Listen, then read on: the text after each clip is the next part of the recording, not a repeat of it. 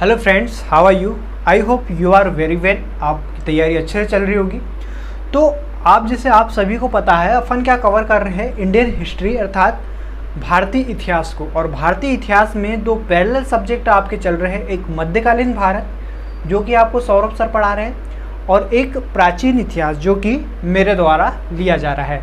तो दोस्तों, अपन ने प्राचीन इतिहास अर्थात एंशिएंट हिस्ट्री में अभी तक क्या क्या कवर कर लिया है तो आपको पता होना चाहिए। अभी तक अपन ने कवर कर लिया है, सिंधु घाटी सभ्यता हो गई है, ठीक है। जैन धर्म को अपन ने देखा था, बौद्ध धर्म देख लिया है। और अपन क्या पढ़ रहे हैं, 600 ईसा पूर्व के जितने भी धार्मिक आंदोलन हुए हैं उनकी अपन चर्चा कर रहे हैं। तो धार्मिक आंदोलनों में फ्रेंड्स आपको पता होना चाहिए मुख्य रूप से दो आंदोलन हुए, मतलब दो धर्मों का विकास हुआ, दो धर्म उत्पन्न हुए, एक जैन धर्म और दूसरा बौद्ध धर्म। जहाँ पर अपन ने बौद्ध धर्म को पूरा का पूरा कंप्लीट कर लिया है। आज अपन बात करेंगे किसकी, जैन धर्म के बारे में, ठीक है। तो चलिए स्टार्ट करते हैं अपने इस वीडियो को और देखते रहिए हमारे साथ अंत तक। हाँ दोस्तों, और अभी तक आपने मेरे चैनल को अगर सब्सक्राइब नहीं किया है तो इसे प्लीज़ पहले सब्सक्राइब कर दे, उसके बाद आगे बढ़े, ठीक है। तो चलिए स्टार्ट करते हैं अपन अब। तो अपन ने कल बात करी थी बौद्ध धर्म के बारे में। तो बौद्ध धर्म में कुछ चीज़ें इंपॉर्टेंट है जो अक्सर पूछी जाती है एग्ज़ाम में, वो रह गई थी, ठीक है। तो उनको आप पहले नोट कर लीजिए। जैसे कि हमें बौद्ध धर्म में एक वर्ड आता है चैत्य। चैत्य किसको बोलते हैं बौद्ध धर्म में? तो अक्सर एग्ज़ाम में पूछा जाता है। मैंने प्रीवियस ईयर का जो क्वेश्चन सेट लगाया था 2016 में जो एनटीपीसी का एग्ज़ाम हुआ था, ठीक है, तो वहाँ से ये क्वेश्चन आया था कि चैत्य किससे संबंधित है। तो आपको याद रखना है ये जो चैत्य शब्द है ये बौद्ध धर्म से संबंधित है। और जो बौद्धिस्ट होते हैं या बुद्ध धर्म के जो अनुयायी होते हैं उनका धार्मिक अनुष्ठान के स्थान को बोलते हैं, किसको बोलते हैं? धार्मिक अनुष्ठान। धार्मिक अनुष्ठान के स्थान को क्या बोला जाता है? स्थान को बोला जाता है चैत्य। तो आपको याद रखना है धार्मिक अनुष्ठान के स्थान को क्या बोलते हैं? चैत्य बोलते हैं, ठीक है। दूसरा शब्द है दोस्तों, दूसरा शब्द भी अक्सर एग्जाम में पूछता है, एक विहार, ठीक है। विहार क्या होता है? तो आपको याद रखना है जो बुद्धिस्ट होते हैं अर्थात जो बौद्ध अनुयायी होते हैं, कौन? बौद्ध अनुयायी, ठीक है, अनुयायी। बौद्ध अनुयायियों के निवास स्थान को बोला जाता है क्या?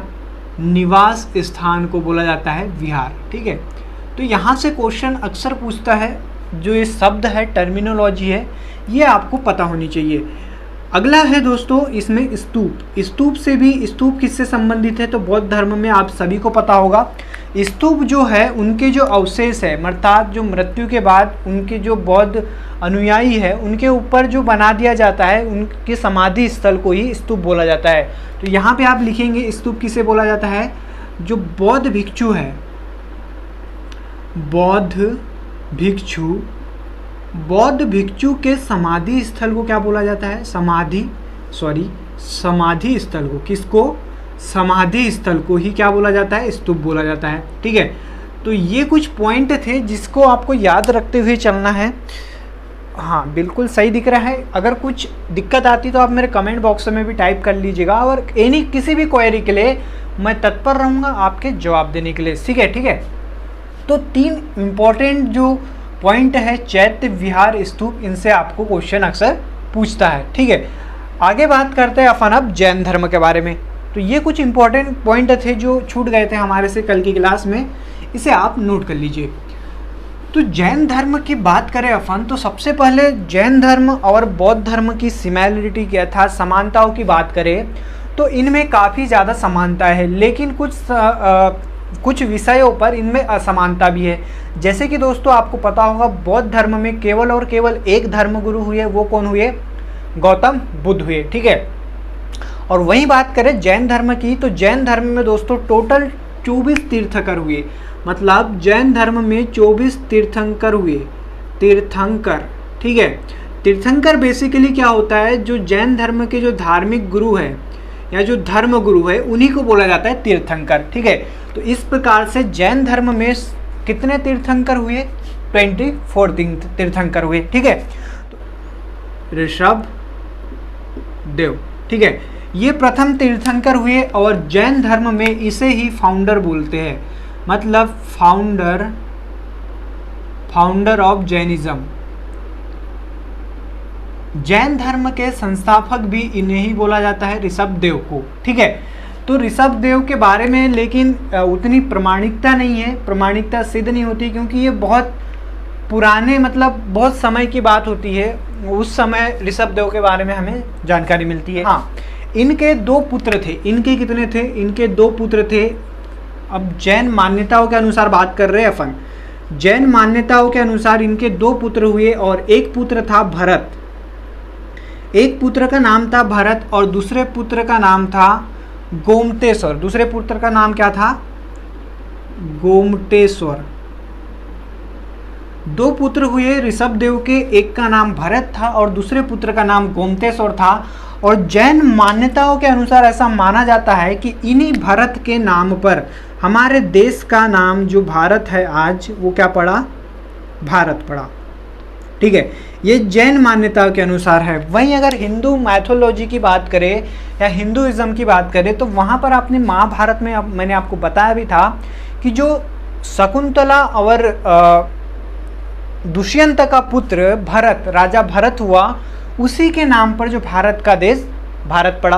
खैर वो अलग अलग कहानियां हैं, आपको उससे ज़्यादा लेना देना नहीं है। आप इतना बार याद रख लीजिए, ये भी हिस्ट्री है। होगा साउथ में सबसे ऊंची मूर्ति जो बाहुबली के नाम से फेमस है, बाहुबली।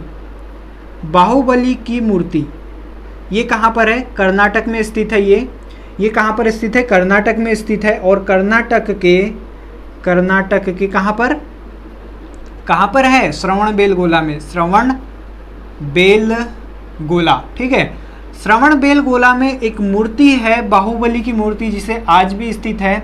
और आपको पता होना चाहिए इसकी जो लंबाई है टोटल 17 मीटर ऊंची मूर्ति है। ठीक है, और ये जो मूर्ति दोस्तों जब तक स्टैचू ऑफ यूनिटी नहीं बनी थी, जो कि कहाँ पर है? गुजरात में स्थित है, सरदार वल्लभ भाई पटेल का स्टैचू, उसके पहले तक ये सबसे ऊंची मूर्ति थी। मतलब ये बिगेस्ट मूर्ति हुआ करती थी स्टैचू ऑफ यूनिटी के पहले।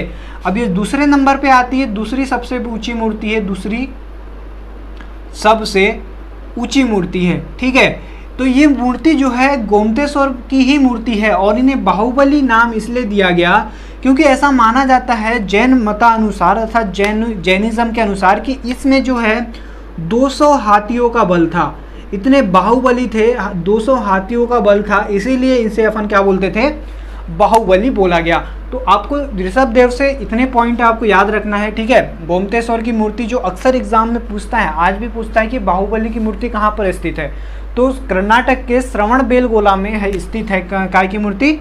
बाहुबली की मूर्ति। ठीक है, तो आपने बाहुबली मूवी भी देखी होगी जो एस राजामौली साहब ने बनाई थी 2015 में। ठीक है, तो इन्हीं बाहुबली के नाम से ही जो है वो आया था। ठीक है, इतना याद हो गया होगा। और एक चीज़ दोस्तों आप याद रखेंगे कि ये जो मूर्ति का अभिषेक हर 12 साल में होता है।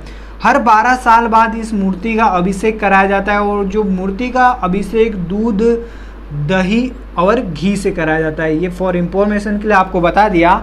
अब आगे चलते अपन इनके बाद जो आते हैं, अब फर्स्ट से लेकर आपको जो है 23 तक के जितने भी तीर्थंकर हुए उससे मतलब नहीं है, आपको याद रखना है 23वें तीर्थंकर की। तो 23वें तीर्थंकर हुए वो कौन हुए? तीर्थंकर। तो जैन धर्म में 23वें तीर्थंकर हुए वो होते हैं पार्श्वनाथ। अब इसे क्यों याद रखना है ये मैं अभी आपको बता देता हूँ। ठीक है, तो 23वें तीर्थंकर जैन धर्म में हुए पार्श्वनाथ। और पार्श्वनाथ ने क्या काम किया? तो इन्हीं पार्श्वनाथ जी ने 4 महाव्रत दिए। ठीक है, 4 महाव्रत कौन कौन से थे नीचे दिखेगा नहीं, इसलिए मैं आपको ये रफ कर देता हूँ। आप साथों साथ मेरे साथ नोट्स भी बनाते चलिए, क्योंकि रिवाइज करने के लिए फ्रेंड्स आपको ही सुविधा होगी, आपको ही हेल्प मिलेंगी। ठीक है, तो 23वें तीर्थंकर की बात करेंगे अपन। 23वें तीर्थंकर हुए कौन? पार्श्वनाथ। ठीक है, तो हेडिंग डालेंगे आप 23वें तीर्थंकर। 23वें तीर्थंकर कौन? पार्श्वनाथ। प्रथम कौन? ऋषभदेव और 23वें तीर्थंकर कौन? पार्श्वनाथ। यहाँ से एक ही इंपॉर्टेंट क्वेश्चन पूछता है कि इन्होंने 4 महाव्रत दिए। 4 महाव्रत जैन धर्म में काफ़ी इंपॉर्टेंट माना जाता है इन महाव्रतों को, जो किसने दिए? पार्श्वनाथ ने दिए।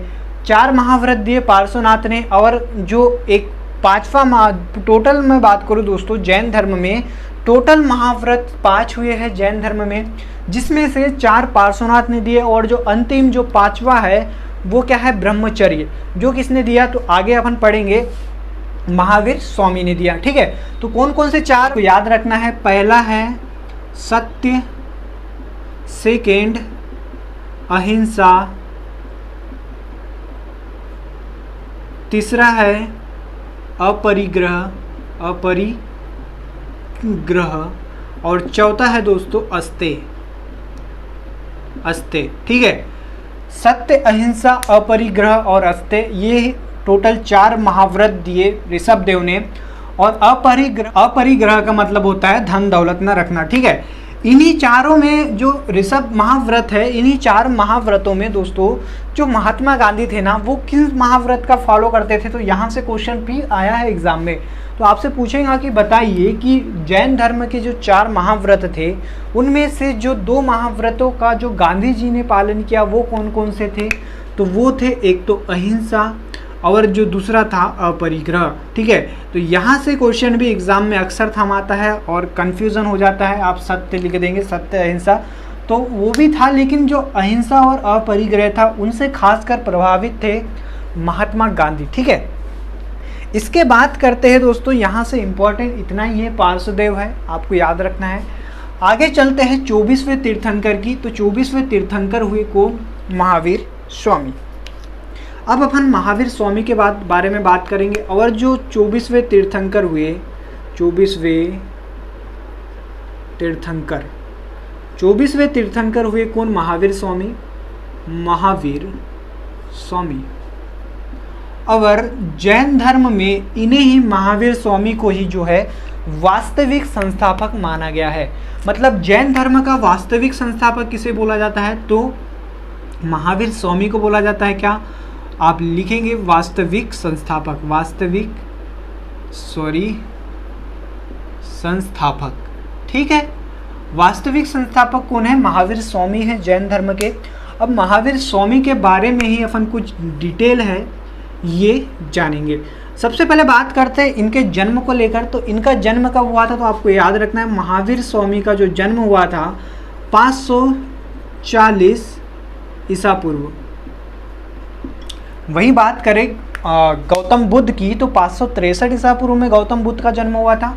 तो ये उन्हीं के समकालीन हुए। देखो, दोनों क्षत्रिय कुल में जन्म लिए और दोनों ही कौन थे, क्षत्रिय थे। मगर दोस्तों ऐसी कुछ उस समय की जो काल घटनाएं चल रही थी, जिसमें सारा का सारा वर्चस्व जो है ब्राह्मणों के पास आ गया था, मतलब धार्मिक कार्यों का। ठीक है, तो उन्हीं को चुनौती देने के लिए जो 2 क्षत्रिय कुल में जन्म लिए थे, एक महावीर स्वामी और दूसरे गौतम बुद्ध। इनके बारे में कहानी मैं आपको बता चुका हूँ, उसको ज़्यादा डिटेल में अपन जाने की ज़रूरत नहीं है।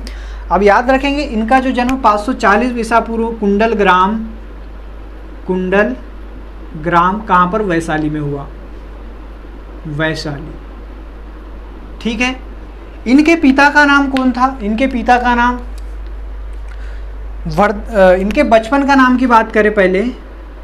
इनके बचपन का नाम क्या था, वहीं महात्मा गौतम बुद्ध की बात करें, उनके बचपन नाम सिद्धार्थ था, तो इनके बचपन का नाम वर्धमान था। इनके बचपन का क्या नाम था, वर्धमान था। और इनके पिता का नाम बात करें तो इनका जो पिता थे उनका नाम क्या था, सिद्धार्थ, जो ज्ञात्रक कुल के क्षत्रिय थे।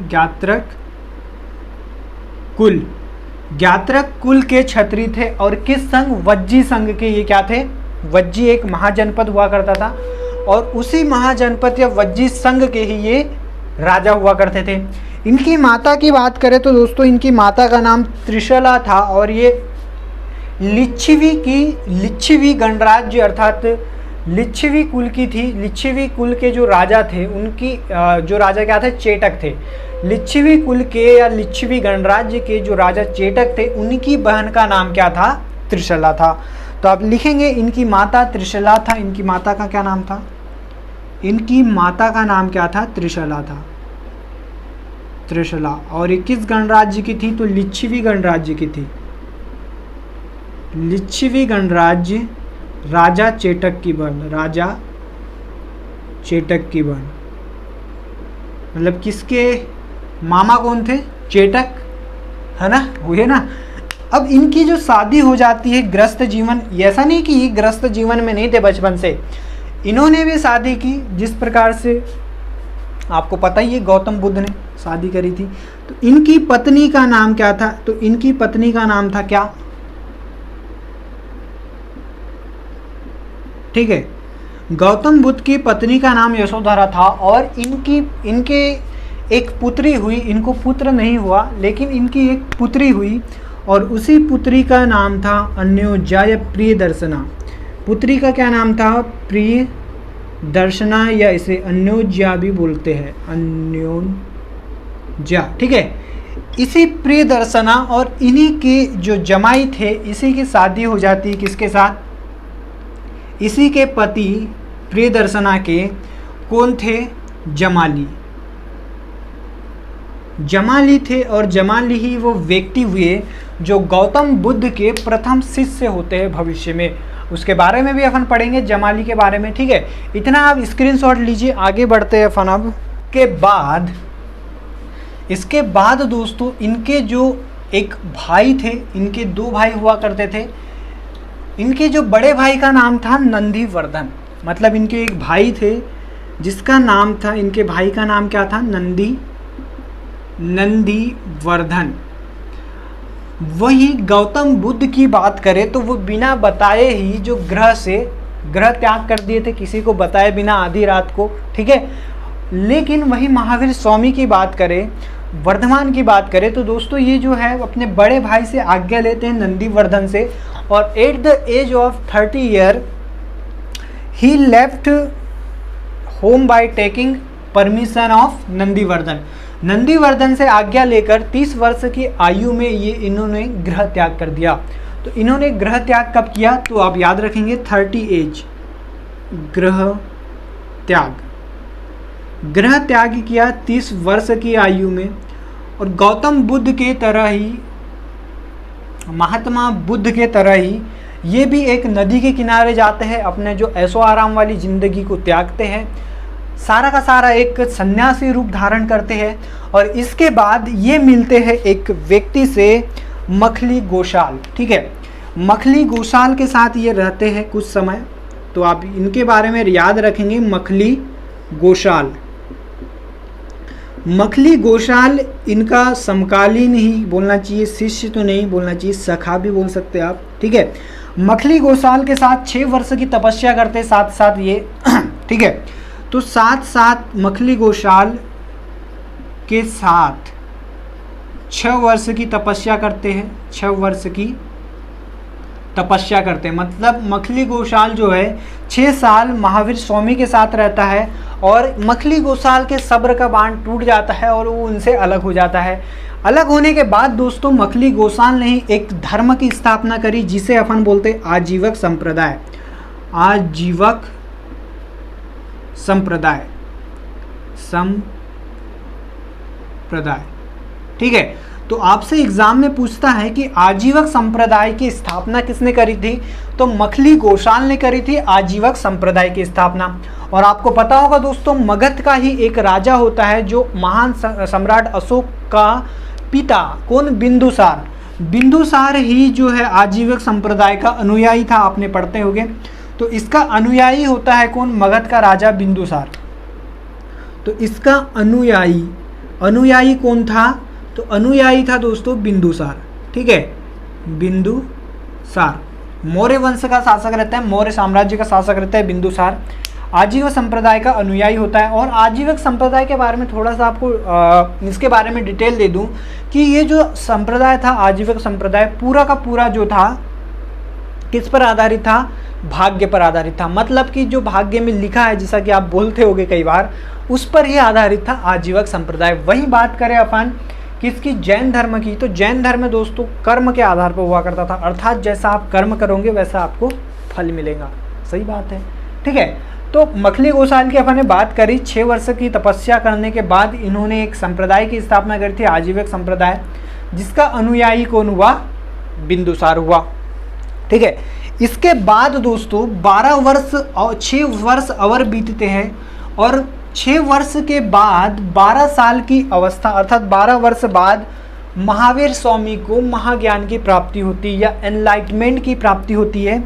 और किस नदी के किनारे? तो ऋजुपालिका नदी, ठीक है। ये नदी से भी इंपॉर्टेंट क्वेश्चन आता है। तो 12 वर्ष की कठिन तपस्या के बाद महावीर स्वामी को महाज्ञान की प्राप्ति होती है और कहाँ पर? तो ऋजुपालिका नदी के किनारे। और इसी को दोस्तों कैवल्य बोला गया। जैन धर्म में अर्थात जैन मैथोलॉजी में जो महाज्ञान की प्राप्ति हुई उसे क्या बोला गया? कैवल्य बोला गया। वहीं बात करें बौद्ध धर्म की तो आपको मुझे कमेंट बॉक्स में टाइप करके बताना है भगवान बुद्ध को जो महाज्ञान की प्राप्ति हुई थी उसे क्या बोला जाता था। तो आप यहाँ लिखेंगे इसे महाज्ञान की प्राप्ति कब हुई थी? महाज्ञान की प्राप्ति, ठीक है। महाज्ञान की प्राप्ति इन्हें हुई थी 12 वर्ष प्राप्ति, 12 वर्ष के पश्चात, 12 वर्ष बाद, 12 वर्ष की कठिन तपस्या के बाद इन्हें महाज्ञान की प्राप्ति होती है, ठीक है। महाज्ञान की प्राप्ति होती है किस कहाँ पर? ऋजुपालिका नदी के किनारे। और वृक्ष जो था किस वृक्ष के नीचे? तो साल वृक्ष के नीचे, ठीक है। वहीं बोधि वृक्ष या पीपल वृक्ष गौतम बुद्ध के समय आता है, तो इनके समय कौन सा आता है? साल वृक्ष आता है, आपको याद रखना है, ठीक है। इसके बाद दोस्तों इसे महाज्ञान की जो प्राप्ति हुई, महाज्ञान को जो बौद्ध धर्म में कैवल्य बोला गया। क्या बोला गया? कैवल्य, ठीक है, आपको याद रखना है। और इसी का एक अन्य नाम कैवलिन भी बोला जाता है। जब इन्हें कैवल्य प्राप्त हुआ तो इन्हें ही कैवल्य बोला गया, जीन बोला गया, ठीक है। ये सारी की सारी चीज़ आपको याद रखनी है। आगे चलते बात करते हैं अपन अब कुछ और पॉइंट के बारे में। तो जैसा कि इनके महाज्ञान की प्राप्ति के बाद ही जो इनके जो प्रथम शिष्य हुए, इन्होंने सबसे पहले जो शिक्षा दी, अपने उपदेश दिए, वही किसे दिए? इनके ही जो जमाई थे। प्रथम शिष्य कौन हुए? तो आपको याद रखना है इन्हीं के जमाई कौन? जमाली। इन्हीं के जमाई जमाली को इन्होंने शिक्षा दी और ये प्रथम शिष्य हुए। और प्रथम महिला शिष्य की बात करें तो इनकी प्रथम जो महिला शिष्य थी वो कौन हुई? महिला शिष्या। तो जो इनकी जो महिला शिष्या थी वो हुई चंदना। चंदना इनकी जो महिला शिष्या हुई, आपको पता है, आपको याद रखना है। जैसा कि आपने पढ़ा होगा जो गौतम बुद्ध की जो प्रथम महिला शिष्या कौन थी? महामाया थी। उसी प्रकार से इनकी प्रथम महिला शिष्या कौन हुई? चंदना हुई, ठीक है। इनके बाद लेकिन इनके जो प्रसिद्ध अनुयायी थे जिनको आप अच्छी तरीके से जानते हैं, अनुयायी कौन थे? स्थूलभद्र और भद्रबाहु। स्थूलभद्र और भद्रबाहु, ठीक है। इनके प्रसिद्ध जो शिष्य हुए स्थूलभद्र और भद्रबाहु, इन्हीं के ऊपर सारा का सारा कार्यभार सौंप दिया गौतम बुद्ध ने प्रचार प्रसार करने का, ठीक है। आगे बात करते हैं दोस्तों जैन ग्रंथों को। एक आपको याद रखना है, जैसे कि जैन ग्रंथों को क्या बोला जाता है? आगम बोला जाता है। एक इंपॉर्टेंट यहाँ पॉइंट है,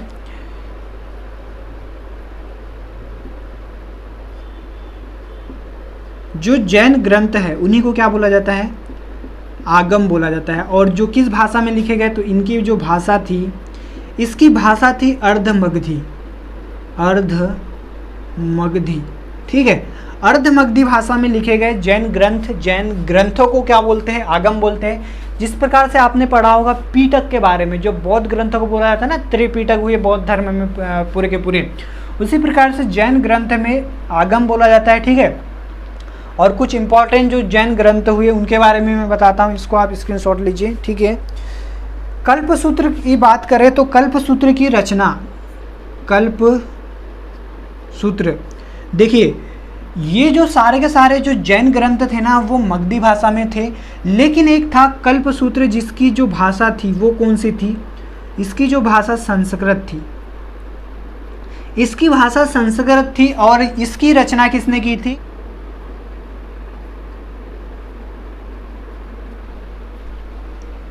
कल्पसूत्र की रचना किसने की थी? भद्र बाहु ने की थी। ठीक है, इसी के बाद आपने एक और ग्रंथ के बारे में पढ़ा होगा, ठीक है, भगवती सूत्र।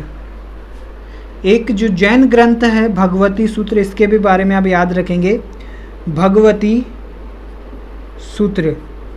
ठीक है, जहाँ से हमें महाजनपदों के बारे में जो जानकारी मिलती है इसी भगवती सूत्र से, जो कि जैन ग्रंथ है। और एक जो ग्रंथ है अंगुत्तर निकाय, ये भी पूछता है, जो कि बौद्ध ग्रंथ है। ठीक है, आगे बात करते हैं इसके बाद क्या हुआ। इसके बाद जो टोटल महावीर स्वामी ने अपने जो जैन धर्म के प्रचार प्रसार का कार्यभार टोटल 11 शिष्यों को सौंपा। ठीक है, इसके बाद दोस्तों इनके जो जैन महावीर स्वामी के ही 11 शिष्य होते हैं, 11 शिष्य होते हैं।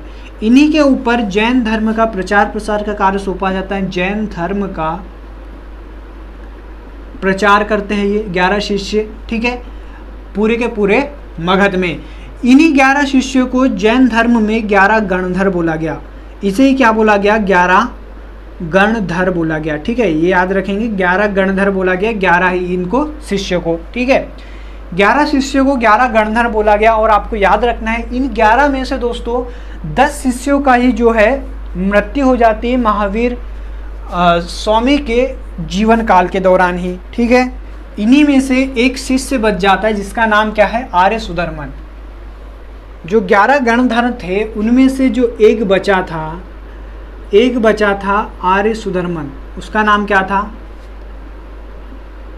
आर्य सुधर्मन। यही आगे चल के जो जैन धर्म में जैन जो संघ था, जैन संघ का क्या बनता है? अध्यक्ष बनता है।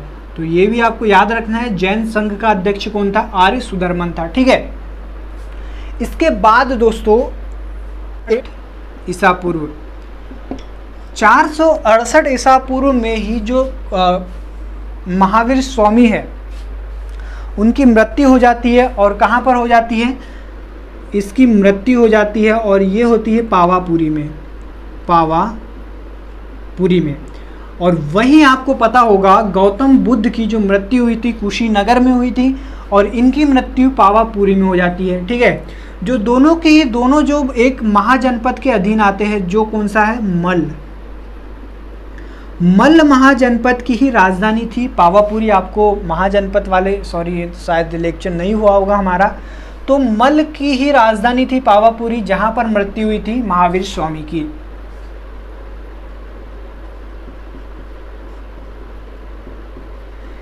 इन्हीं की मृत्यु के बाद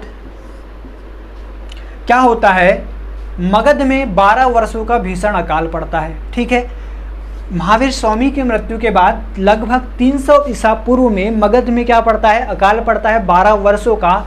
और इनके जो 2 अनुयायी थे या जो 2 शिष्य थे प्रसिद्ध, स्थूलभद्र और भद्रबाहु। ठीक है, देखो उनके बीच भी विवाद हो जाता है। और जो भद्रबाहु थे वो क्या काम करते हैं? वो जो है मगध को छोड़कर कहाँ चले जाते हैं?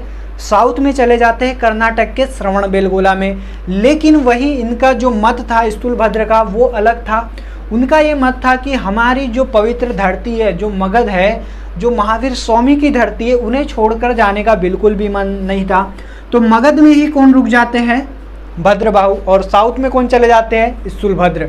यहाँ से ही दोस्तों जो जैन धर्म है 300 ईसा पूर्व में 2 भागों में विभाजित हो जाता है, अर्थात श्वेतांबर और दिगंबर। जो श्वेतांबर थे वो थे किसके अनुयायी? वो स्थूलभद्र के अनुयायी थे।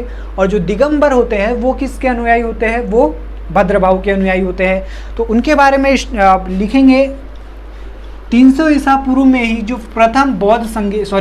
प्रथम जैन महासंगीति का आयोजन किया जाता है। जिस प्रकार से दोस्तों बौद्ध संगीति टोटल 4 हुई, उसी तरीके से जैन धर्म में भी 2 महासंगीति का आयोजन किया जाता है। तो फर्स्ट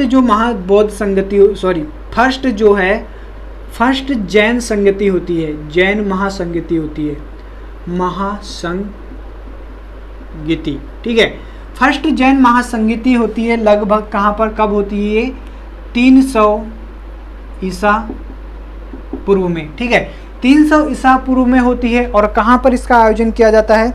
तो आपको याद रखना है पाटलिपुत्र कहाँ पर स्थान था,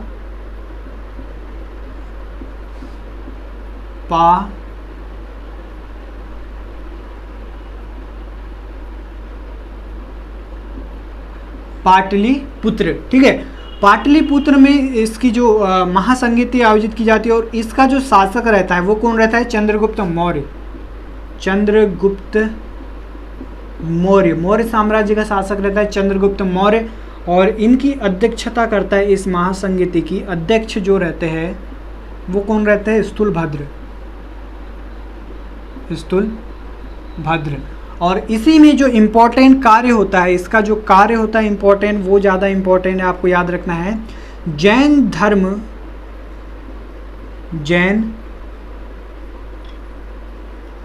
धर्म दो समुदाय में विभाजित हो गया, दो समुदाय में बढ़ गया। कौन कौन से थे दो समुदाय, तो एक था श्वेतांबर,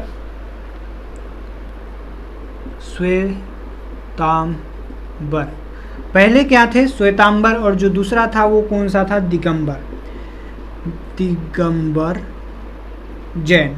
ठीक है, जो स्थूलभद्र के अनुयायी हुए वो कहलाए श्वेतांबर जैन स्थूलभद्र, और जो कर्नाटक में चले गए थे भद्रबाहु,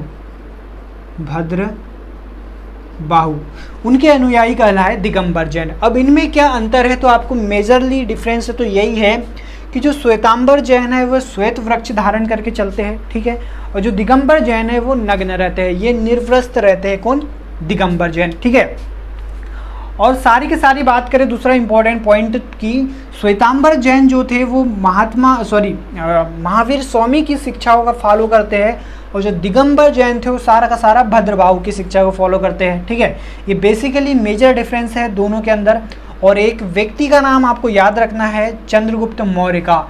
तो दोस्तों ये जो चंद्रगुप्त मौर्य होता है ये किसका फॉलोअर रहता है, ये भी जैनिज्म रहता है, अर्थात जैन धर्म को फॉलो करता है चंद्रगुप्त मौर्य, और ये भद्रबाहु का शिष्य रहता है। भद्रबाहु का शिष्य रहता है कौन, चंद्रगुप्त मौर्य। और इसके बाद दोस्तों ये चंद्रगुप्त मौर्य ने ही एक संलेखना विधि है, देखिए जो जैनिज्म जो एक क्या काम करते हैं, संलेखना विधि के द्वारा अपने प्राणों का त्याग कर देते हैं। संलेखना का मतलब होता है निर्जल, अर्थात न जल ग्रहण करेंगे न भोजन करेंगे, ऐसे ही अपने शरीर का त्याग कर देंगे। तो चंद्रगुप्त मौर्य एक ऐसा शासक था, आपको याद रखना है, क्वेश्चन पूछता है कि ऐसा कौन सा शासक था जिसने संलेखना विधि से अपने प्राणों का त्याग किया था। तो श्रवण बेलगोला में चले जाते हैं चंद्रगुप्त मौर्य, और ये संलेखना विधि से जो है अपने प्राणों का त्याग कर देते हैं। कब, 298 ईसा पूर्व में। ठीक है, 298 BC में चंद्रगुप्त मौर्य की मृत्यु हो जाती है। ये अपन पढ़ेंगे सारा का सारा किसमें, मौर्य साम्राज्य में। ठीक है, इतना इम्पॉर्टेंट पॉइंट था, आपको याद रखना है। इसके बाद दोस्तों जैन धर्म का एक इम्पॉर्टेंट जो पॉइंट रहता है, जैन धर्म में जो पांचवा महाव्रत जोड़ा गया, अर्थात जो ब्रह्मचर्य जोड़ा गया, वो किसने जोड़ा, महावीर स्वामी ने जोड़ा। तो आप लिख लेंगे जो पांचवा महाव्रत, जो 4 महाव्रत थे स्टार्टिंग के, वो किसने जोड़े, पार्श्वनाथ ने दिए थे। ठीक है, जो पांचवा महाव्रत था वो किसने दिया था, वो क्या था, ब्रह्मचर्य था, और ये दिया था किसने, महावीर स्वामी ने। ठीक है, इसके बाद जैन धर्म में भी कुछ त्रिरत्न हुए, तो जैन धर्म के त्रिरत्न लिखेंगे आप, जैन धर्म के त्रिरत्न। ठीक है, यहाँ से भी क्वेश्चन पूछते हैं। इसका जो कौन कौन से हुए, सम्यक ज्ञान। ठीक है, दूसरा हुआ क्या, सम्यक चरित्र, और तीसरा था सम्यक दृष्टि।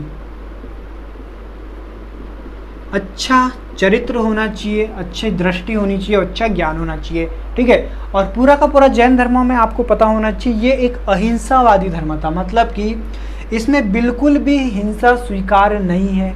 इसी की वजह से दोस्तों जैनिज्म में क्या होता है, जैनिज्म जैसा जैन मान्यताओं के अनुसार कृषि करना और सेना में भर्ती होना जैनिज्म को वर्जित है, मतलब ये सेना और कृषि कार्य दोनों के ही दोनों नहीं करते। इसके बाद दोस्तों याद रखना है जो सेकेंड महासंगीति का आयोजन किया जाता है, ये सेकेंड जैन महासंगीति या द्वितीय महासंगीति, इसका आयोजन 513 एडी में किया गया था। ठीक है, 513 एडी में किया गया और प्लेस था वल्लभी और स्थान था दोस्तों, स्थान था वल्लभी।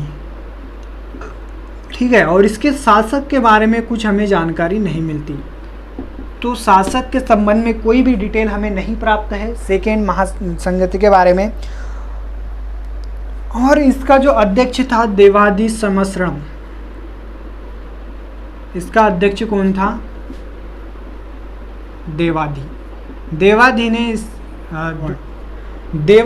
देवार्धी शर्मा श्रवण ने द्वितीय महाबौद्ध संगीति की अध्यक्षता की थी और इसमें इम्पोर्टेंट कार्य हुआ था, वो कौन सा था? तो इसमें जो कार्य हुआ था दोस्तों, जो जैन धर्म के जैन ग्रंथ थे उनको क्या कर दिया? लिपिबद्ध कर दिया गया था। जैन ग्रंथ को लिपिबद्ध कर दिया गया और क्या बना दिया गया? आगम, जिसे क्या बोलते हैं अपन? जैन ग्रंथ बोलते हैं। ठीक है, तो जैन धर्म को लिपिबद्ध किया गया कब? 513 एडी में जैन धर्म की रिटर्न में लिख दिया गया। ठीक है, तो यहाँ तक अपन ने बात कर ली जैन धर्म के बारे में, यहाँ पर क्लोज हो जाता है जैन धर्म वाला चैप्टर। आगे बात करेंगे अपन अब मगध के उत्कर्ष के बारे में। अब थोड़ा इंटरेस्टिंग चैप्टर आने वाला है। ठीक है, आप बने रहिए हमारे साथ, ज़्यादा से ज़्यादा इस वीडियो को शेयर करें अपने दोस्तों में। अगर पसंद आता है तो लाइक करें और अच्छा कंटेंट लगता है, आपको लगता है कि ये यूज़फुल है, तो आप मेरे चैनल को सब्सक्राइब करें। तो thanks for watching this video, bye bye.